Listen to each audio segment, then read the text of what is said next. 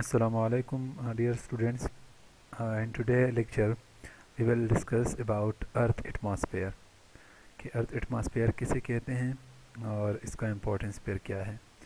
Now, Earth atmosphere is a layer of gases surrounding the planet, mean the Earth. Normally जो atmosphere है यहाँ पर क्या है, गैसेस होते हैं, कलेक्शन ऑफ गैसेस होते हैं, वो लेयर बना देते हैं. और वो जो कलेक्शन ऑफ गैसेस का जो लेयर होता है वो क्या करता है, सराउंड करता है किस चीज़ को, हमारा प्लेनेट जो है, अर्थ जो है, इसे क्या करते हैं, वो सराउंड करते हैं. यही हमारा क्या है, एटमॉस्फेयर है, या इसे हम अर्थ एटमॉस्फेयर कहते हैं. The earth is surrounded by a blanket of airs which we call the atmosphere.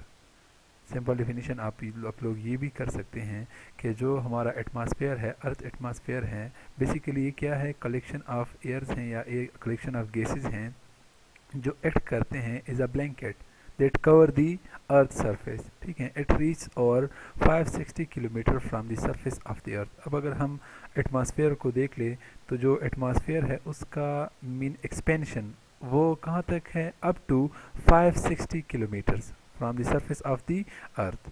Now atmosphere के कुछ रूल्स होते हैं, कुछ प्रॉपर्टी होते हैं, और वो देखते हैं कि वो कौन से हैं. Now atmosphere absorb the energy from सन.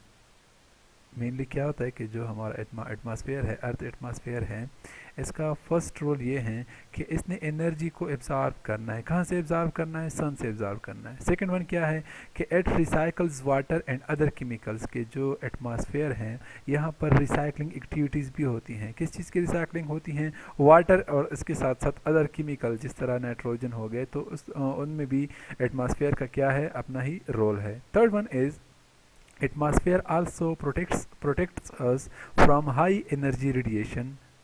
कि इसने क्या करना है, हमें बचाना है. किस चीज़ से बचाना है, ऐसे रेडिएशन से कि जो जो जिससे हमारे बॉडी को क्या मीन के वो हमारे बॉडी के लिए नुकसानदेह हो, हार्मफुल हो. उससे कैंसर जो है वो भी काज हो सकती हैं. ठीक है, सो एटमॉस्फेयर ने हमें बचाना है एनी हाई एनर्जी रेडिएशन, जिस तरह अल्ट्रा वायलेट रेजेस हो गए, एक्स रेजेस हो गए, etcetera etcetera. And also it also acts is a frigid vacuum of space. और इसने क्या करना है, हमारे लिए एक सरसा वो वैक्यूम भी बनाना है. किस चीज़ में, स्पेस में, जहाँ पर हम क्या करते हैं, वो सर्वाइवल करते हैं. So the atmosphere protects and supports the life. And second one जो लास्ट मोस्ट इम्पॉर्टेंट इसका रोल है वो ये है कि एटमॉस्फेयर ने क्या करना है, एक तो ये हमें बचाता है, दूसरा ये कि जितना भी लाइफ है उसे भी उसको भी सपोर्ट करने में इसका एक अहम ही रोल है. जिस तरह आप लोग देख सकते हैं, ऑक्सीजन हमारे इन्वायरमेंट में फ्रीली फॉर्म में मौजूद होता है, जिसे हम रिस्पायरेशन के लिए वो ज़रूरी होता है. इस तरह कार्बन डाइऑक्साइड इन्वायरमेंट में मौजूद होता है. अब कार्बन डाइऑक्साइड प्लांट्स क्या करते हैं, इन्वायरमेंट से लेते हैं और फोटोसिंथेसिस के थ्रू उसे क्या करते हैं, फिक्स्ड करते हैं इनटू ग्लूकोज. और फिर वो जो ग्लूकोज है बेसिकली उसमें केमिकल एनर्जी जो है वो स्टोर्ड होती है. फिर प्लांट्स और दूसरे ऑर्गेनिज्म वो डायरेक्टली और इनडायरेक्टली इसके ऊपर वो डिपेंडेंट होते हैं. इस तरह एनवायरनमेंट में अगर हम देख ले तो वेदरिंग एक्टिविटीज़ होती हैं, और साथ में यहाँ पर वाटर रिसाइकल्स, नाइट्रोजन उसकी रिसाइकलिंग होती हैं. इस तरह दूसरे एसेंशियल एक्टिविटीज़ होते हैं, और अगर ये एक्टिविटीज़ ना होती तो लाइफ जो है वो एग्जिस्ट ना करती. तो इट सपोर्ट्स लाइफ. की जो एटमॉस्फेयर है इसका मेन रोल किस चीज़ में है कि it supports also life. Now earth atmosphere is made up of mixture of gases called air. जो हमारा एटमॉस्फेयर है, पिछली स्लाइड में भी हम ऑलरेडी इसके ऊपर डिस्कस कर चुके हैं कि यहाँ पर क्या है, कलेक्शन ऑफ गैसेस हैं और मिक्सचर ऑफ गैसेस हैं. बेसिकली ये जो मिक्सचर ऑफ गैसेस हैं जिसने अर्थ को सराउंड किया है, या जो हमारे एटमॉस्फेयर में जो कलेक्शन ऑफ गैसेस हैं, इसे क्या कहते हैं, एयर कहते हैं. ठीक है, और जो एयर है या कलेक्शन ऑफ गैसेस हैं उसमें अगर वह परसेंटेज हम देख ले तो नाइट्रोजन सबसे ज़्यादा पाया जाता है, और नाइट्रोजन की वो परसेंटेज कितनी है, 78%. इस तरह अगर सेकंड मोस्ट अबंडेंट हम गैस देख ले एयर में, वो कौन सा है, वो ऑक्सीजन है, और उसकी परसेंटेज फिर कितनी है, 21%. फिर थर्ड वन कौन सा है, आर्गन, और आर्गन की वो परसेंटेज कितनी है, 0.9%. इस तरह कार्बन डाइऑक्साइड उसकी भी मीन ये भी क्या है, एयर की गैसेस में कार्बन डाइऑक्साइड भी मौजूद होता है, और उसकी परसेंटेज वो कितना है, 0.03%. So there are two kinds of gases. One is major, जिससे मेजर एटमॉस्फेयर जो है वो बना, या एयर जो है वो उसके ऊपर क्या करते हैं, वो कंसिस्ट करते हैं. इस तरह मेजर और माइनर. फिर आगे जाकर हम देखेंगे कि मेजर में कौन से गैसेस आते हैं और माइनर में कौन से गैसेस आते हैं. अब कंपोजिशन ऑफ एटमॉस्फेयर में हमें पता चल जाएगा कि मेजर कंस्टिट्यूएंट क्या है और उसके ट्रेसेस मीन के माइनर कंस्टिट्यूएंट जो है वो कौन से होते हैं. So the atmosphere is comprised of a variety of gases that includes nitrogen. Mean के मेजर कंस्टिट्यूएंट में अगर हम देख ले तो नाइट्रोजन और ऑक्सीजन है, और ट्रेसेस में अगर हम देख ले तो इसमें argon that is about 0.9%, water vapours कितने होते हैं up to 10,000 part per million by volume, and carbon dioxide उसकी वो पर मीन के रेशो कितनी है 350 part per million by volume. इस तरह ओजोन की भी यहाँ पर ओजोन भी ट्रेसेस कंस्टिट्यूएंट का हिस्सा है, and near zero at the surface and up to 10 ppm in the stratosphere. कि क्या है कि जो ओजोन है जो हमारा सब मीन अर्थ का जो सरफेस है, लेट सपोज हम यहाँ पर कंसिडर कर सकते हैं कि 1 किलोमीटर 2 किलोमीटर अप टू 5, इस तरह अगर हम सरफेस में देख ले तो यहाँ पर ओजोन की परसेंटेज बहुत ही कम, मीन के परसेंटेज ज़ीरो ही है. लेकिन अगर हम ऊपर की तरफ चले जाए, जिस तरह नेक्स्ट आ रहा है कि जो स्ट्रेटोस्फेयर है वहाँ पर ओजोन मेनली एग्जिस्ट करता है, और जब जो ही हम अपसाइड पर चलते हैं तो उसी दौरान हमें जो रेशो है बाय प्रेजेंस ऑफ ओजोन वो कितना मिलता है 10 part per million by volume in the stratosphere. इस तरह मीथेन की वो परसेंटेज कितने हैं 1.7 part per million and other gases. ठीक है. अब जो ये मीन जो एटमॉस्फेयर हैं इसमें डिफरेंट टाइप्स ऑफ एक्टिविटीज़ जो है वो भी परफॉर्म होते हैं, और उसमें मेजर एक्टिविटी कौन सी होती है, यहाँ पर नाइट्रोजन साइकिल जो है वो भी होता है. ठीक है. अब नाइट्रोजन वो क्या है, उसकी इम्पॉर्टेंस क्या है, ये ऑलरेडी हम पिछले लेक्चर्स में इसके ऊपर डिस्कशन कर चुके हैं कि नाइट्रोजन क्यों इसेंशियल होता है. अगर हम इसकी इम्पॉर्टेंस देख ले तो नाइट्रोजन जो है वो मेन कंपोनेंट है अमाइनो एसिड या फिर प्रोटीन का. इस तरह जो हमारे साथ न्यूक्लिक एसिड है, डीएनए, आरएनए, उसका भी मेन कंपोनेंट है. सो नाइट्रोजन हमारे लिए क्या है, वो इसेंशियल है. किस चीज़ के लिए, बॉडी टिश्यूज़ के लिए भी, और साथ साथ जितने भी लिविंग थिंग्स हैं उनके लिए भी.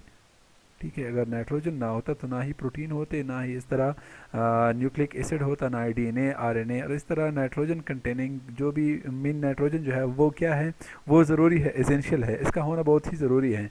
और क्या होता है कि जो हमारा एटमॉस्फेयर है इसमें नाइट्रोजन वो रिसाइकल होता है एक फॉर्म से, मीन कि फ्री फॉर्म से वो कंबाइंड फॉर्म में चला जाता है, और दोबारा कंबाइंड फॉर्म से फिर फ्री फॉर्म में वो आ जाता है. सो ये किस तरह आता है, ये आगे हम पहले हम वहाँ पर डिस्कस कर चुके हैं. So nitrogen is cycle through the soils and into plants, and finally when living things die and decay, तो नाइट्रोजन दोबारा एनवायरनमेंट का हिस्सा बन जाता है. किस तरह हिस्सा बनता है यहाँ पर भी थोड़ा सा डिस्कस करते हैं कि जो फ्रीली नाइट्रोजन है एनवायरनमेंट में, नाइट्रोजन फिक्सिंग बैक्टीरिया होते हैं जो कि लिग्यूमिनस प्लांट्स में होते हैं, उनके रूट्स में एग्जिस्ट करते हैं. तो वो क्या करते हैं, फ्रीली फॉर्म ऑफ नाइट्रोजन को कन्वर्ट कर लेते हैं into fixed form, that is ammonia, nitrates, nitrides. फिर क्या होता है कि ये जो प्लांट्स होते हैं वो इनको यूज़ करते हैं एज अ न्यूट्रिएंट. अब प्लांट के ऊपर दूसरे ऑर्गेनिज्म भी फीड करते हैं तो वो भी नाइट्रोजन को वो ले लेते हैं, और फिर उसने अगर नाइट्रोजन अमाइनो एसिड बनाना है या दूसरा न्यूक्लियोटाइड बनाना है तो इसमें वो यूज़ कर लेते हैं. फिर अगेन क्या होता है, अब तो ये कंबाइंड फॉर्म में चला गया, तो ये जो ऑर्गेनिज्म है, प्लांट्स है या एनिमल है, जब ये मर जाते हैं तो डिकम्पोजर्स उनके ऊपर क्या करते हैं, वो फीड करते हैं. तो डिकम्पोजर ने क्या करना है, मेजर जो कम्प्लेक्स मालिक्यूल है जिस तरह प्रोटीन और न्यूक्लिक एसिड हो गया, उनके वो ब्रेक डाउन कर लेते हैं, और अगेन ये जो सब्सटेंसेस हैं ये हमारे एनवायरनमेंट में नाइट्रेट्स, नाइट्राइड्स और फिर डीनाइट्रिफाइड बैक्टीरिया क्या करते हैं, इन्हें दोबारा एनवायरनमेंट का हिस्सा बना लेते हैं, मीन के छोड़ देते हैं. तो इसे क्या कहते हैं, नाइट्रोजन साइकिल कहते हैं, और ये भी मीन जो एटमॉस्फेयर है इसका हिस्सा है और एसेंशियल भी है. अब जो नेक्स्ट वन जो मोस्ट इम्पॉर्टेंट वो टॉपिक अबाउट एटमॉस्फेयर है उसमें प्रेशर का भी अपना ही रोल है. प्रेशर इन द एटमॉस्फेयर, या इसे हम एटमॉस्फेरिक प्रेशर भी कहते हैं. अब देखते हैं कि एटमॉस्फेरिक प्रेशर क्या होता है. नॉर्मली हम देखते हैं कि जो हमारा एनवायरनमेंट है उसमें क्या है, कलेक्शन ऑफ गैसेस हैं. अब कलेक्शन ऑफ गैसेस में बाज़ ऐसे गैसेस होंगे जो हीवियर होंगे और बाज़ कैसे ऐसे होंगे जो लाइटर होंगे. सो जो हीवियर होते हैं वो ज़रूरी बात है कि उसके ऊपर ग्रेविटेशनल फोर्स ज़्यादा एक्ट करेगी और वो अर्थ सरफेस के करीब होंगे, और जो लाइटर होते हैं वो मूव कर जाते हैं away from the earth surface. ठीक है. अब जो डेंसर होते हैं, मीन जिनकी डेंसिटी ज़्यादा होते हैं ऐसे गैसेस, तो ज़ाहिर बात है कि वो तो अर्थ सरफेस के करीब होंगे और और इनके दरमियान जो स्पेस होगा वो कम होगा as compared to those gases that move away from the earth surface, क्योंकि वहाँ पर स्पेस ज़्यादा हो जाता है. और फिर अगर हम बाय एरिया ले लें तो ये जो गैसेस होते हैं इनका मास पर यूनिट वाले मीन का अगर हम इसकी डेंसिटी देख ले तो वो as compared to lower gases, ये जो अप साइड पर जो गैसेस होते हैं उनकी डेंसिटी में कमी आ जाती है। सो क्या होता है कि atmospheric pressure is the force per unit area exerted into a surface by the weight of air about the surface in the atmosphere of earth. कि ये हमारे साथ let suppose surface of earth हैं, अब इसके ऊपर क्या है, गैसेस हैं। अब ये गैसेस इसी अर्थ सरफेस के ऊपर प्रेशर डाल रहे हैं, दबाव डाल रहे हैं, ठीक है। यहाँ पर क्या डाल रहे हैं, यहाँ पर दबाव प्रेशर डाल रहे हैं। बेसिकली ये जो प्रेशर गैसेस की वजह से इसी पर यूनिट एरिया पर लग रहा है, जो फोर्स इस पर यूनिट एरिया पर लग रहा है, इसे क्या कहते हैं, atmospheric pressure of the earth कहते हैं, ठीक है। Now the gas molecules closest to the earth surface are packed together very closely, that's why they act on the earth surface very efficiently. और यहाँ पर जो एटमॉस्फेरिक प्रेशर है वो हाई होता है। जो ही हम अप साइड जाते हैं तो यहाँ पर डेंसर गैसेस मीन के लेस डेंसर गैसेस आ जाते हैं, उनके दरमियान स्पेस होता है। तो इस वजह से जब हम जो ही हम अप साइड मूव करते हैं तो वहाँ पर जो गैसेस होते हैं उनका density as compared to lower one gases वो पर कम हो जाती हैं। This means that pressure is lower the higher up you go into the atmosphere, कि जो ही आप एटमॉस्फेयर में नीचे से ऊपर की तरफ चलते जाएं, चलते बने, तो इसी दौरान क्या होगा, प्रेशर जो है वो डिक्रीज होगा। क्यों डिक्रीज होगा, क्योंकि यहाँ पर जो गैसेस होते हैं उनके दरमियान स्पेस बहुत कम होता है, और मीन के एक ही एरिया में गैस के मॉलिक्यूल एक कम होते हैं और स्पेस ज़्यादा होता है, तो उनका जो डेंसिटी है mean pressure they exert on surface earth surface वो is compare to lower one वो कम होता है। तो इसी बेस पर यहाँ पर क्या लिखा है कि this means that pressure is lower the higher up you go, के जो ही आप अप साइड पर चले जाएं प्रेशर क्या होता जाएगा, वो लोअर होता जाएगा इनटू द एटमॉस्फेयर, जो ही हम एटमॉस्फेयर में ऊपर की तरफ जाते हैं।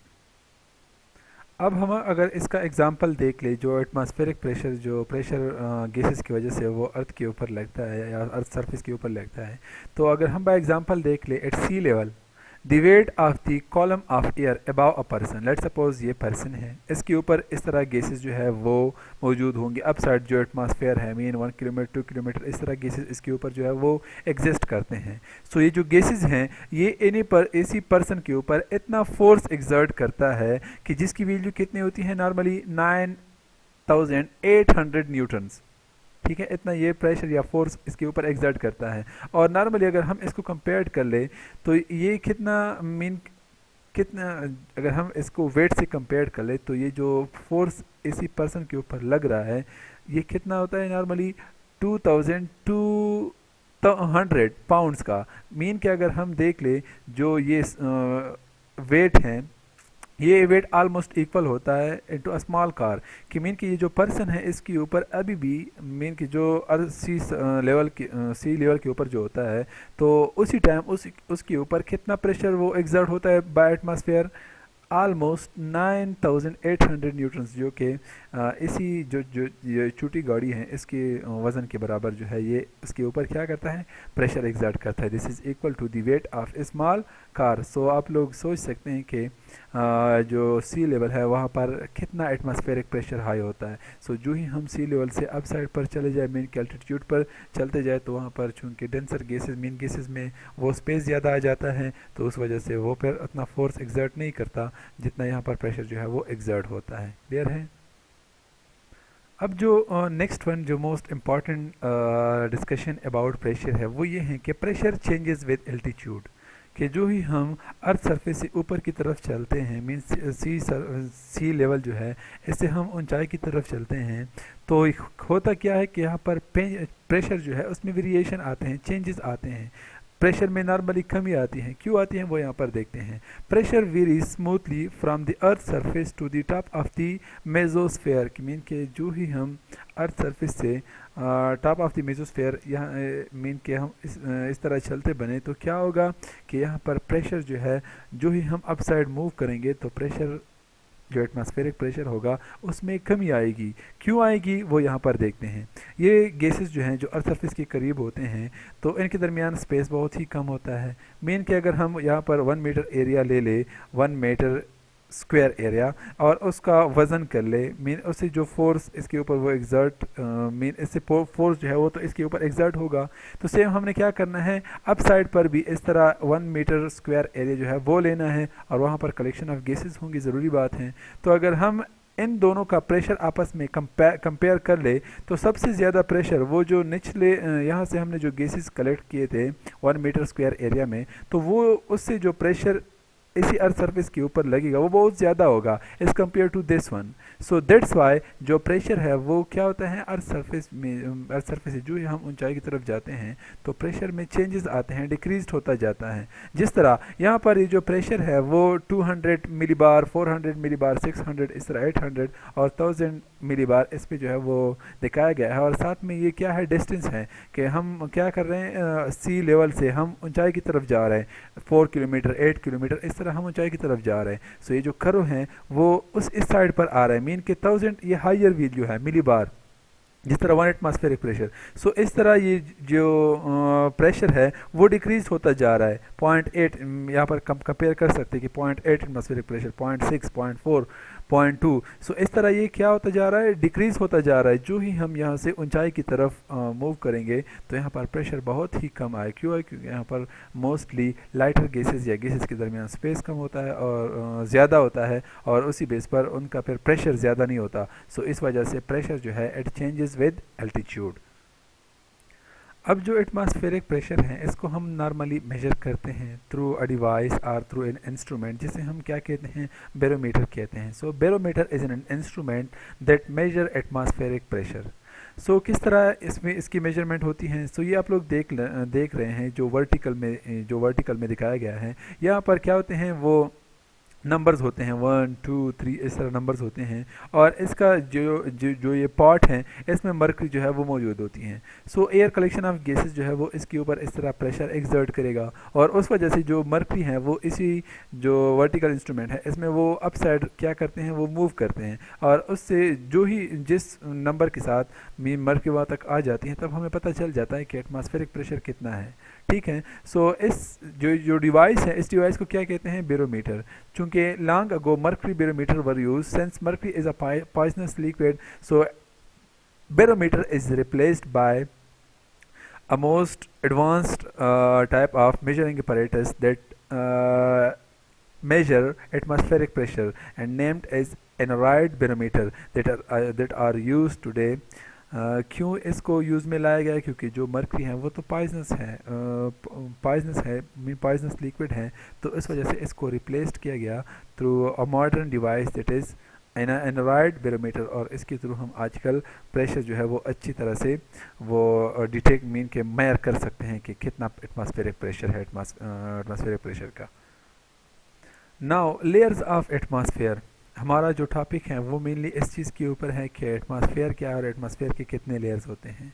So layers of atmosphere, atmosphere has 4 layers. Mainly जो एटमॉस्फेयर है इसको हम 4 लेयर में क्या करते हैं, वो डिवाइड करते हैं। और ये 4 लेयर कौन से हैं, first one is troposphere that is nearest to the earth surface, second one is stratosphere that is just upside to the troposphere, and third one is mesosphere, and last one is thermosphere। फिर उसके बाद जो space है उसे हम क्या कहते हैं, एक्सोस्फेयर नॉर्मली उसे हम कहते हैं। सो मेनली जो हमारा एटमॉस्फेयर है उसको कितने लेयर में डिवाइड किया गया है, 4 लेयर में। यहाँ पर आप लोग देख सकते हैं कि जो सबसे निचला है अर्थ सरफेस के करीब है उसे क्या कहते हैं, ट्रोपोस्फेयर कहते हैं। फिर उसके बाद दूसरा कौन सा है, स्ट्रेटोस्फेयर। फिर थर्ड वन कौन सा है, मेजो, एंड लास्ट वन कौन सा है, thermosphere.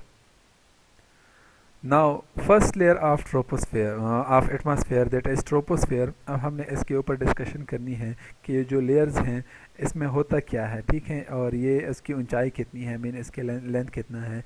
So first one is troposphere. So troposphere जो है it is lowest layer among all 4 layers of the atmosphere and it is also a thinnest layer। thinnest layer का मतलब ये है कि अगर हम बाई साइज देख ले तो इसकी जो ऊंचाई है वो कितनी है, इक्वेटर में इसका 16 किलोमीटर है और जो पोल्स हैं वहाँ पर ट्रोपोस्फेयर उसका लेंथ कितना है, 88 किलोमीटर। ये एक्सटेंड हुआ है from earth surface and upside of the atmosphere. So ये इसकी लेंथ की वजह से जो हमारे साथ ट्रोपोस्फेयर है ये कौन सा है, थिनेस्ट लेयर है, ठीक है। और सेकंड वन ये कि 90% of the atmosphere mass, main कि यहाँ पर चूंकि गैसेस मेनली जो मेजर गैसेस हैं या माइनर गैसेस हैं ज़्यादातर वो कहाँ पर होते हैं, ट्रोपोस्फेयर में होते हैं। सो अगर हम एटमॉस्फेयर का वो वेट कर ले तो 90% इसका वेट जो है वो कहाँ पर हमें मिलेगा, ट्रोपोस्फेयर में ही मिलेगा। इस वजह से जो ट्रोपोस्फेयर है इसे क्या कहते हैं, denser layer among all four, कि ये क्या है, डेंसर लेयर है। क्यों है, क्योंकि यहाँ पर गैसेस ज़्यादा हैं और उसकी वजह से इसी लेयर की डेंसिटी भी वो ज़्यादा होती हैं। So it is denser layer among all remaining layers of the atmosphere. और यहाँ पर ज़बरदस्त वो कुछ मैकेनिज्म होते हैं, जिस तरह टेम्परेचर डिक्रीजेज विद एल्टीट्यूड, कि जो हमारे साथ ट्रोपोस्फेयर है इसमें जो ही हम अप साइड मूव करते हैं तो उस दौरान क्या होता है, टेम्परेचर उसमें डिक्रीजिंग आती हैं। क्यों आती हैं ये आगे जाकर हम डिस्कशन करें, इसके ऊपर डिस्कशन करेंगे। ये पॉइंट आप लोग याद रख लें कि यहाँ पर जो टेम्परेचर है उसमें डिक्रीज आता है जो ही हम किस चीज़ में जाते हैं, एल्टीट्यूड में जाते हैं। और ये जो डिक्रीज है टेम्परेचर वो कितना है, 6 डिग्री सेंटीग्रेड पर किलोमीटर। मीन कि अगर टेम्परेचर लेट सपोज जो रूम टेम्परेचर है 25 डिग्री सेंटीग्रेड, अगर हम हर सरफेस से 1 किलोमीटर पर चले जाए तो अगर हम 25 से 6 माइनस करें तो कितना बचेगा, 19। इस तरह अगर हम चलते जाए तो 13। तो इस तरह अगर हम 16 किलोमीटर चले जाए तो ये हम जब माइनस करते हैं तो ऑलमोस्ट जो एवरेज बनता है वो कितना बनता है, -50 डिग्री सेंटीग्रेड। ठीक है। ये जो हमारे साथ ट्रोपोस्फेयर है इसकी फोर्थ वन इम्पॉर्टेंस ये है कि यहाँ पर विदरिंग जितनी भी एक्टिविटीज़ होते हैं एटमॉस्फेयर में वो कहाँ पर होते हैं, ट्रोपोस्फेयर में। मीन कि अगर क्लाउड फॉर्मेशन है, रेन हो रही है या अदर जो स्टॉर्मिंग है एट्सेट्रा एट्सेट्रा, ये जितनी भी एक्टिविटीज़ होते हैं वो कहाँ पर होते हैं, मेनली ट्रोपोस्फेयर में ही होते हैं। And it is the boundary between the troposphere and the stratosphere is called a tropopause. और एक बात याद रख ली कि जो ट्रोपोस्फेयर है इसको एक लेयर ने, बाउंड्री ने क्या किया, वो सेपरेट किया है किस चीज़ से, second one layer of the atmosphere that is stratosphere, और उसे क्या कहते हैं, ट्रोपोफाज कहते हैं। और यहाँ पर इसकी जो अगर कोई आपसे पूछ ले कि इसकी लेंथ कितनी होती है तो ऑलमोस्ट इसकी जो लेंथ है वो 2 किलोमीटर होती है और उसे क्या कहते हैं, ट्रोपोफाज कहते हैं। अच्छा, एक बात और भी यहाँ पर आप लोग याद कर ले, स्लाइड में नहीं है, कि यहाँ पर एयर उसकी मूवमेंट होती है। एक होता है एयर और दूसरा होता है वेंट। कलेक्शन ऑफ गैसेस को हम एयर कहते हैं। जब एयर मूवमेंट स्टार्ट कर ले हॉरिजॉन्टली तो उसे हम नॉर्मली क्या कहते हैं, वेंट्स कहते हैं। अब अगर वर्टिकल मूवमेंट एयर की हो रही है तो इसे कहते हैं टर्बुलेंसी और टर्बुलेंट। ये पॉइंट्स कुछ हैं वो आप लोग याद रख लें। और इस एक पॉइंट ये कि ये जो टेम्परेचर में डिक्रीज आ रहा है इसके लिए एक टर्म यूज़ होता है लिप्स रेट। अब उसके ऊपर हम डिस्कशन करते हैं कि लिप्स रेट किसे कहते हैं। Now what is a lapse rate. पिछले स्लाइड में मैंने यहाँ पर लिप्स रेट का टर्म जो है वो यूज़ किया था। यहाँ पर इसके ऊपर डिस्कशन करते हैं कि लिप्स रेट किसे कहते हैं। A lapse rate is the rate at which the temperature of the atmosphere decreases as the altitude increases. क्या लिखे यहाँ पर कि जो टेम्परेचर ऑफ द एटमॉस्फेयर है it decreases is the altitude increases. Mean कि जो ही हम ऊंचाई की तरफ जाते हैं तो उस दौरान क्या होता है कि जो टेम्परेचर है उसमें कमी आती है। तो इसे क्या कहते हैं, लिप्स रेट कहते हैं। यहाँ पर दो टर्म वो यूज्ड होते हैं लेकिन इसी स्लाइड में नहीं है। एक है पॉजिटिव लिप्स रेट और दूसरा होता है negative lips rate. Positive lips rate जो लिप्स रेट के मुताबिक हो, मीन कि जो हम एटमॉस्फेयर में चलते जाए, ऊपर की तरफ एल्टीट्यूड में चलते जाए, तो अगर वाकई में वहाँ पर टेम्परेचर में डिक्रीज आ रहा है तो इसे हम कहेंगे पॉजिटिव लिप्स रेट। अगर उसमें कमी की बजाय वहाँ पर टेम्परेचर इंक्रीज हो रहा है तो तब जाकर हम क्या कहेंगे, नेगेटिव लिप्स रेट। ठीक है। The lapse rate tell us how much the temperature is decreasing the higher and the air we get, के जो ही हम एयर में अपर साइड पर मूव करते हैं तो कितना टेम्परेचर यहाँ पर वो उसमें कमी आ रही है। ये जो कमी है ये हमें किसके थ्रू पता चलता है, लिप्स रेट के through. The higher you are in the atmosphere the colder the atmosphere will be. Mean के जो ही आप एटमॉस्फेयर में अपर साइड पर चले जाते हैं तो वहाँ पर कोल्डनेस जो है वो ज़्यादा होता जाता है। ठीक है। लिप्स रेट इसकी अगर हम देख लें जो मेन इक्वेशन है वो है negative delta T D T divide by D A, mean change in temperature and change bye altitude. के लिप्स रेट जो है इसमें टेम्परेचर उसमें डिक्रीज आती है जो ही हम एल्टीट्यूड में जाते हैं तो टेम्परेचर में क्या आता है, डिक्रीज आता है। अगर लिप्स रेट का हम एल्टीट्यूड के साथ वो देख ले तो इन्वर्स रिलेशन है। लिप्स रेट में कमी आती है किस चीज़ की बेस पर, जब हम एल्टीट्यूड में जा रहे हो, मीन की ऊंचाई पर जा रहे हो। Equation represent the decreasing change in temperature over the change in the altitude. ये हमें इससे भी पता चलता है कि जो ही हम एल्टीट्यूड में चलते हैं, ऊपर की तरफ चलते हैं, तो यहाँ पर जो टेम्परेचर है वो डिक्रीज होता जाता है और इसे नॉर्मली क्या कहते हैं, लिप्स रेट कहते हैं। अब हमने ये ऑलरेडी ट्रोपोस्फेयर में वो पढ़ा है कि जो ट्रोपोस्फेयर है वहाँ पर टेम्परेचर उसकी डिक्रीज मेन टेम्परेचर जो ही हम एल्टीट्यूड में जाते हैं तो टेम्परेचर में डिक्रीज आता है। सो इसका रीज़न क्या है? सो इसका मेन रीज़न यह है कि in the troposphere the temperature generally decreases with altitude. The reason is that the troposphere gases absorb very little of the incoming solar radiation। कि जो ट्रोपोस्फेयर में जो गैसेस होते हैं वो इतने एफिशिएंट नहीं होते कि वो क्या करे, सोलर एनर्जी को एफिशिएंटली वो एब्जॉर्ब करे।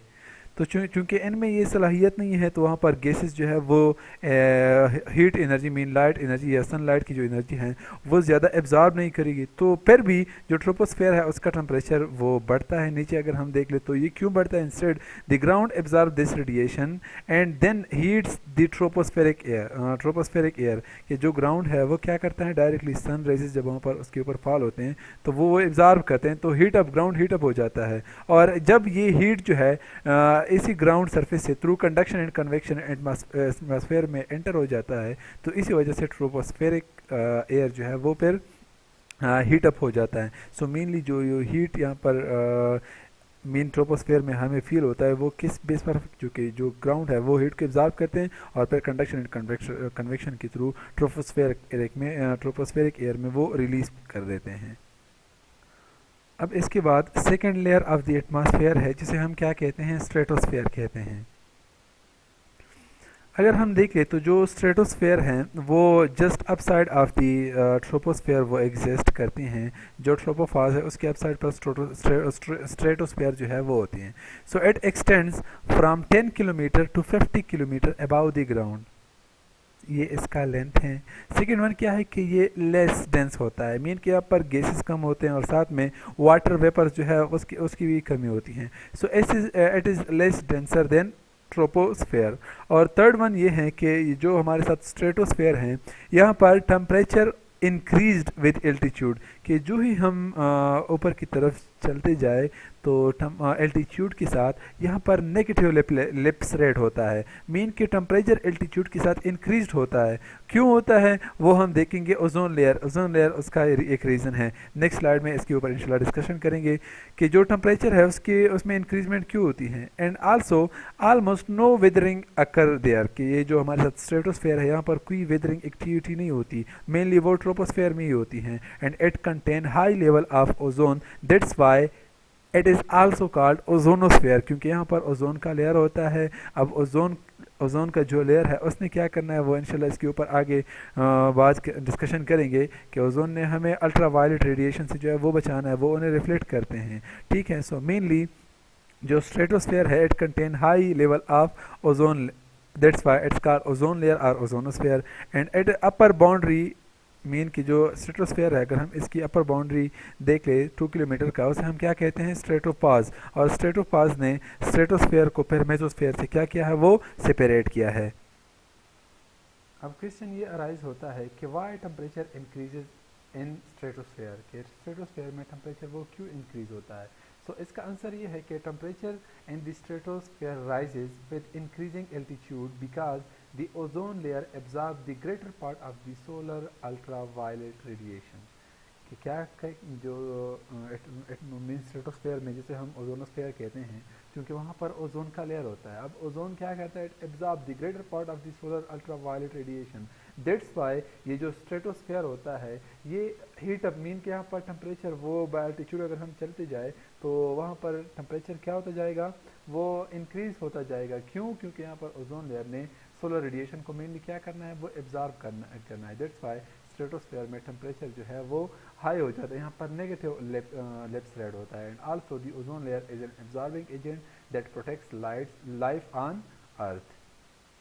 अच्छा, इस स्लाइड में एक पॉइंट रहता है कि जो स्ट्रेटोस्फेयर है मेनली यहाँ पर जितनी भी एरोप्लेन्स हैं वो इसी स्ट्रेटोस्फेयर में क्या करते हैं, वो जर्नी जो है वो इसी में ही करते हैं। क्योंकि यहाँ पर एक तो एटमॉस्फेरिक प्रेशर बहुत ही कम होता है, दूसरा ये कि मेनली जो गैसेस होते हैं वहाँ पर हॉरिजॉन्टली फ्लो और फिर रेजिस्टेंस जो है वो फिर ज़्यादा शो नहीं होता। तो इस वजह से ये जो एरोप्लेन्स वगैरह है वो इसी स्ट्रेटोस्फेयर में ही मोस्टली वो जर्नी जो है या मूवमेंट इसमें एक वो करते हैं।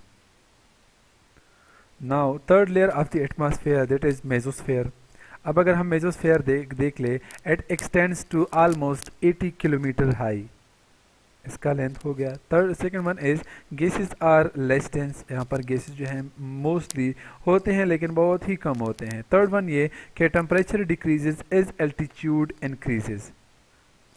Gases in this layer absorb very little ultraviolet radiation.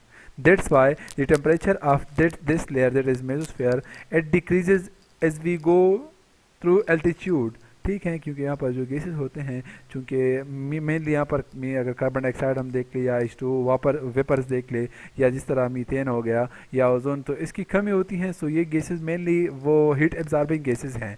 चूँकि इसकी कमी है तो इस वजह से जो मेसोस्फेयर है उसमें टेम्परेचर वो डिक्रीज होता है, पॉजिटिव लेफ्ट रेट होता है जो ही हम एल्टीट्यूड में आगे की तरफ ऊपर की तरफ चलते हैं। तो दैट्स वाई जो मेसोस्फेयर है वो एक पॉइंट वो पॉइंट ये है, एक पॉइंट भी याद रख ले कि जो मेसोस्फेयर है कोल्डेस्ट एमंग ऑल, जो लेयर है वही मेसोस्फेयर है, क्योंकि एक तो यहाँ पर गैसेस बहुत ही कम होते हैं और यहाँ पर वो लाइट जो है मीन जो एनर्जी है सनलाइट रेडिएशन है उसकी भी वो एब्जॉर्बेंस नहीं होती, वो भी एब्जॉर्ब नहीं होती। तो इस वजह से ये जो मेसोस्फेयर है ये हाईली कोल्ड होता है, mean coldest among all other 3 remaining layers हैं। ठीक है, ये भी आप लोग याद रखें। फिर उसके बाद जो last one layer of the atmosphere है वो कौन सी है? थर्मोस्फेयर। थर्मोस्फेयर को आयानोस्फेयर भी कहते हैं। क्यों कहते हैं? एक ये कि थर्मोस्फेयर ये ऐसा स्फेयर है, ऐसा लेयर है जहाँ पर टेम्परेचर बहुत ही हाई होता है, इस वजह से इसे थर्मोस्फेयर कहते हैं। सेकेंड वन इसे आयानोस्फेयर भी कहते हैं। क्यों कहते हैं? क्योंकि यहाँ पर मोस्टली आयंस होते हैं। That's why that layer is also called ionosphere. So it is present above the mesosphere and it extends to almost 600 kilometre high, इसका ये लेंथ है। नेक्स्ट पॉइंट ये है कि टेम्परेचर इंक्रीजेज विद एल्टीट्यूड। यहाँ पर टेम्परेचर क्या होता है वो एल्टीट्यूड के साथ वो इंक्रीज होता है। क्यों होता है वो अभी देखते हैं। अब यहाँ पर इसी क्वेश्चन का आंसर है कि जो टेम्परेचर है वो क्यों इंक्रीज होता है जो ही हम एल्टीट्यूड में थर्मोस्फेयर में जाते हैं। तो अगर देख लीजिए, temperature increases rapidly in this layer due to the absorption of huge amount of incoming high energy solar radiations by atoms of nitrogen and oxygen. या यहाँ पर दूसरे आयंस भी होते हैं, दूसरे एटम्स भी होते हैं। वो क्या करते हैं मेनली, वो मीन की क्या करते हैं, सोलर एनर्जी को, जो हायर एनर्जी वहाँ पर उन रेडिएशन में होते हैं मेनली, उसको वो एब्जॉर्ब करते हैं। तो उसकी वजह से ये जो लेयर है इसकी टेम्परेचर वो भी इंक्रीज होता है जो ही हम एल्टीट्यूड में चले जाते हैं। So this radiation is this converted into heat energy and the temperature can climbs in excess of 2700 degrees. ठीक है, सो इतना ये इंक्रीज हो जाता है। ठीक है, नेक्स्ट स्लाइड में देखते हैं कि फिर उसके बाद क्या होता है। सो नेक्स्ट पॉइंट ये है कि दिस लेयर मीन के थर्मोस्फेयर रेडियली मीन अच्छी तरह एब्जॉर्ब सोलर रेडिएशन। और वो क्यों? क्योंकि वहाँ पर ऑक्सीजन या नाइट्रोजन जो है वो इजीली उसे एब्जॉर्ब करते हैं। So temperature can go as high as 1500 degree centigrade. पहले जो है वो 2500 या 27,000 डिग्री सेंटीग्रेड, इतना इनका टेम्परेचर वो क्या हो जाता है, हाई हो जाता है। And it also reflects waves, जो वेव्स होते हैं रेडियो वेव्स, इनको ये क्या करते हैं, वो रिफ्लेक्ट भी करते हैं। नाउ ये जो स्लाइड है इसमें हमने क्या करना है, ओवरव्यू करना है about the layers of atmosphere, कि जो 4 लेयर्स ऑफ एटमॉस्फेयर हैं वो कौन से हैं और उनमें मेनली क्या होता है। So first one is troposphere where we live, and second one is stratosphere where which contain the ozone layer, and third one is mesosphere where meteors burn or meteorites burn, and the last one is the thermosphere where satellites orbits around the earth. अब अगर यहाँ पर हम देख ले तो ये जो चार्ट बना हुआ है, ये जो पिक्चर है, यहाँ पर है temperature changes in the atmosphere, कि जो एटमॉस्फेयर है वहाँ पर मेनली टेम्परेचर क्या होता है, वो एल्टीट्यूड के साथ चेंज होता रहता है। सो यहाँ पर आप लोग देख सकते हैं कि जो ट्रोपोस्फेयर है वहाँ पर पॉजिटिव लिप्स रेट हैं, यहाँ पर टेम्परेचर मीन के 20 डिग्री सेंटीग्रेड से वो डिक्रीज होता जा रहा है -50 तक। फिर जो है वो उसमें इंक्रीजमेंट, जिसे हम क्या कहते हैं, नेगेटिव लिप्स रेट कहते हैं, तो टेम्परेचर अगेन 0 तक पहुंच जाता है या 2 डिग्री तक पहुंच जाता है। नेक्स्ट वन जो थर्ड वन है जिसे हम mesosphere, it is coldest among all, और वहाँ पर ये टेम्परेचर अगेन बहुत ही कम हो जाता है। यहाँ पर आप लोग देख सकते हैं -90 या -92। और अगेन इसके बाद जो लास्ट वन लेयर है जिसे हम क्या कह रहे हैं, थर्मोस्फेयर, चूँकि यहाँ पर हॉटेस्ट अमंग ऑल है और टेम्परेचर जो है वो फिर वहाँ पर इंक्रीज हो जाता है। तो this is the graph of temperature variation और temperature changes in the atmosphere as we go through the altitude. Now the exosphere begins at about 500 kilometers above the earth and does not have a specific outer limit. जो हमारे साथ thermosphere है, thermosphere के ऊपर फिर क्या है, exosphere. अब इसका स्टार्ट कहाँ से है, 500 किलोमीटर से. अब 500 किलोमीटर से अगर हम अप साइड में जा रहे हैं तो इससे स्टार्ट किस चीज़ का है, एक्सोस्फेयर का. और फिर एक्सोस्फेयर का कोई जो है वो लिमिट नहीं है. ठीक है, mainly satellites orbit around the earth in this exosphere.